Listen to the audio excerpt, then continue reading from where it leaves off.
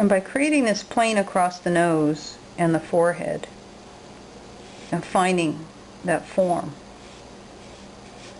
we actually develop a shape that feels more dimensional.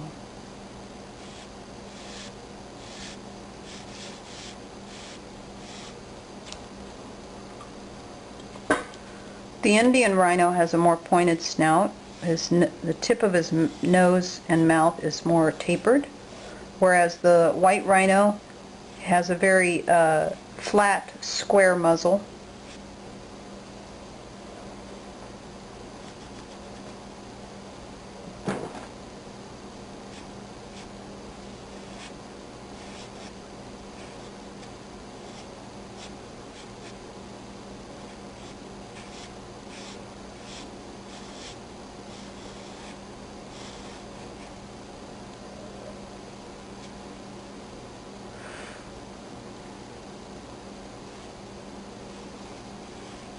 Now the Indian rhino has one horn, and it sits in front of the eyes, down here, not up here. If it was a black rhino, we wouldn't see these heavy folds. And the black rhino has two horns, one coming from about here and one coming from here. For the Indian rhino, which is what we're drawing now, we're going to put the horn base here. The horn is made out of compressed protein hair fibers, just like a horse's hoof. They're not made of the hard calcified bone or substance like the cattle horns. These are very different, and they're basically a high concentration of compressed hair fibers, collagen fibers, or protein fibers. Okay, now I'm going to come over here and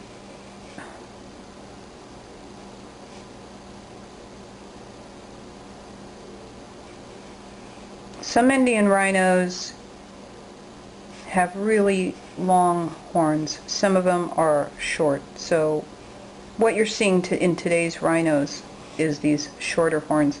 A lot of the longer horned Indian rhinos, you could draw it any way you want. They're extinct because they've been killed off. So the rhino's horn will grow thicker and longer as he gets older, but a lot of times today you'll see them without the long horn because poachers generally take them off, and that particular type of species has been extinct out for probably 100 years. But we have the thicker horned rhino today. Shorter, thicker horn. So now I'm coming out for the eye at the orbit of the skull there.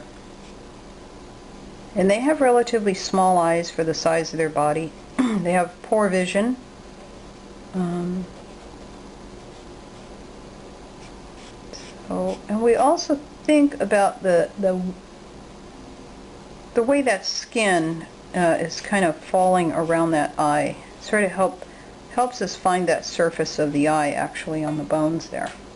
So coming back now, we've got pretty much the forms that we're looking for.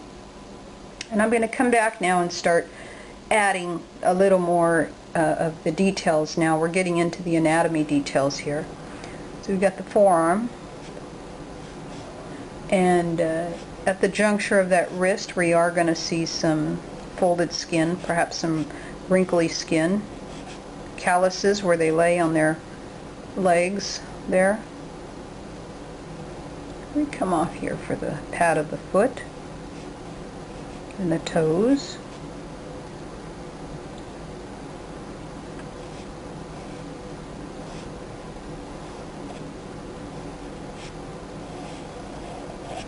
That's that os pisiform bone back here that pronounces out on the back of the wrist.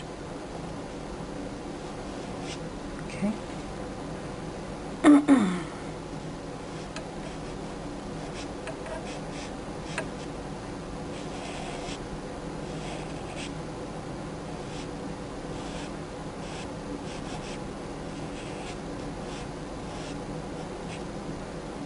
You can see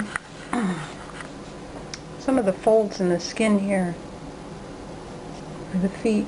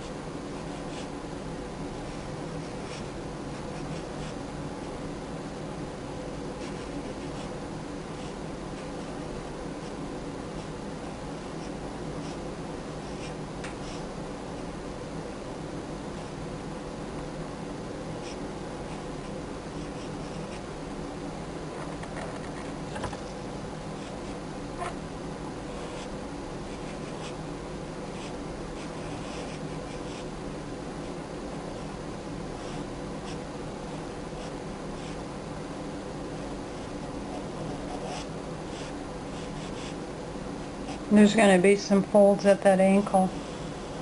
Okay, now I'm going to come in with my pencil and begin to use that nice soft weighted edge.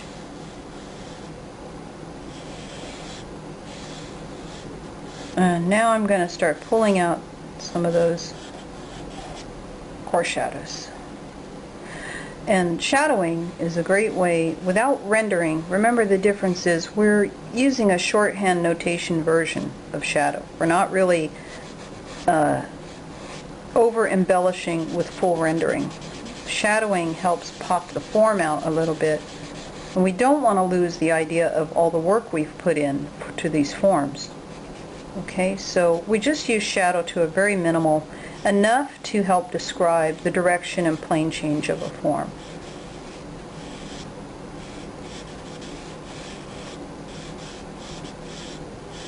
And this is a part where a lot of students lose control of the work. They begin to get crazy and take off and lose sight of the form, and they start over rendering, and pretty soon the whole thing looks muddy. So you always keep in mind your forms, what your upper planes are, your side planes, the lower planes facing the ground, and so on. See, now I'm just adding enough lighting to help define the form a little bit more. I'm not over rendering. We can still see the work lines. Okay, that's very important.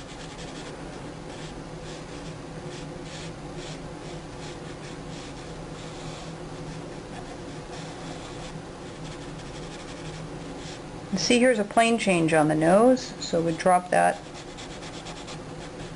downward towards the ground a little bit. And the side plane here, and the side plane of the cheek. And that's all we're really concerned about, is really just showing where those planes are.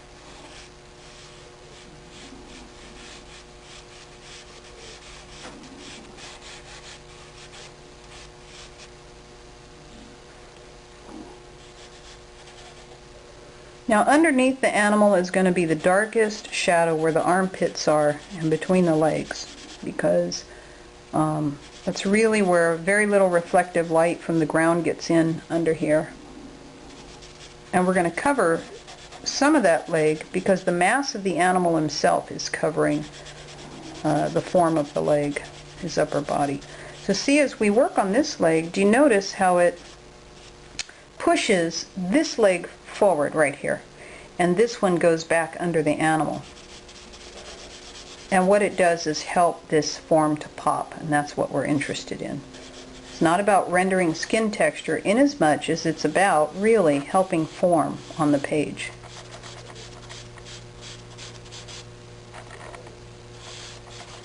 Core shadow, and then I come underneath. Be careful you're not scratching and making the lines out of sync with the form of the body. You see, the body is rounded, so we're rounding some of those lines through the belly. Notice the armpit again is dark, and we come out here a little bit for that light. Now, I'm not really interested in a whole lot of shadowing. In fact, you could have done this, if we did a quick sketch, you could have done this whole rhino without any shadow at all. But I do get students asking me about shadow, so we'll cover a little bit. Just enough to push the planes.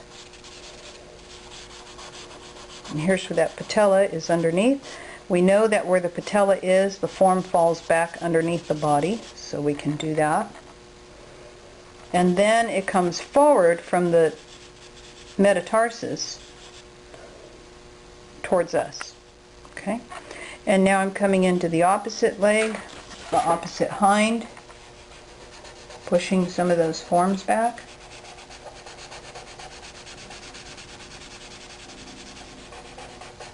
So here's a lesson then, not only in form, but in shadow. Now, I'm going to round this leg up a bit. I'm going to put it in the round just a tad more, because on the shadow side we should be seeing a little core shadow. Also a firm shadow underneath the knee, or the wrist, what you call the true wrist, in the front leg here. Okay, and then it comes forward again after that bulge, and then we get more light on the foot. Okay, there we go. Okay, so there's your rhino, and I think you have pretty much everything you need to make a statement about the rhino.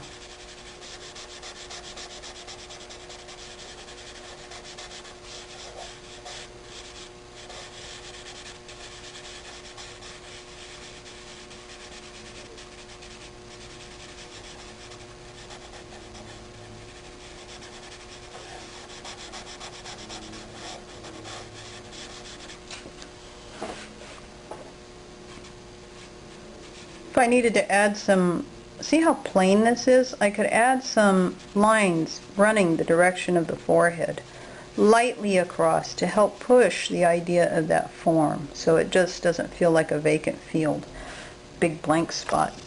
I got to get in here and the tripod is right where I need to be, so I'm going to try to fake this through here a little bit.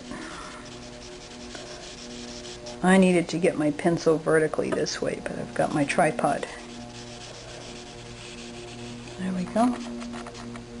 Give him a little ground to stand on, so he doesn't feel like he's floating.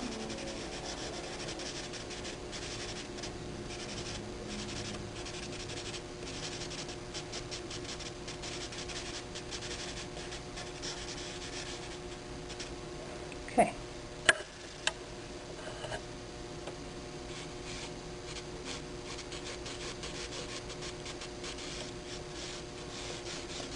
I would consider this a long anatomy study. This would be one of our longer drawings, made more for a study than a quick sketch gesture.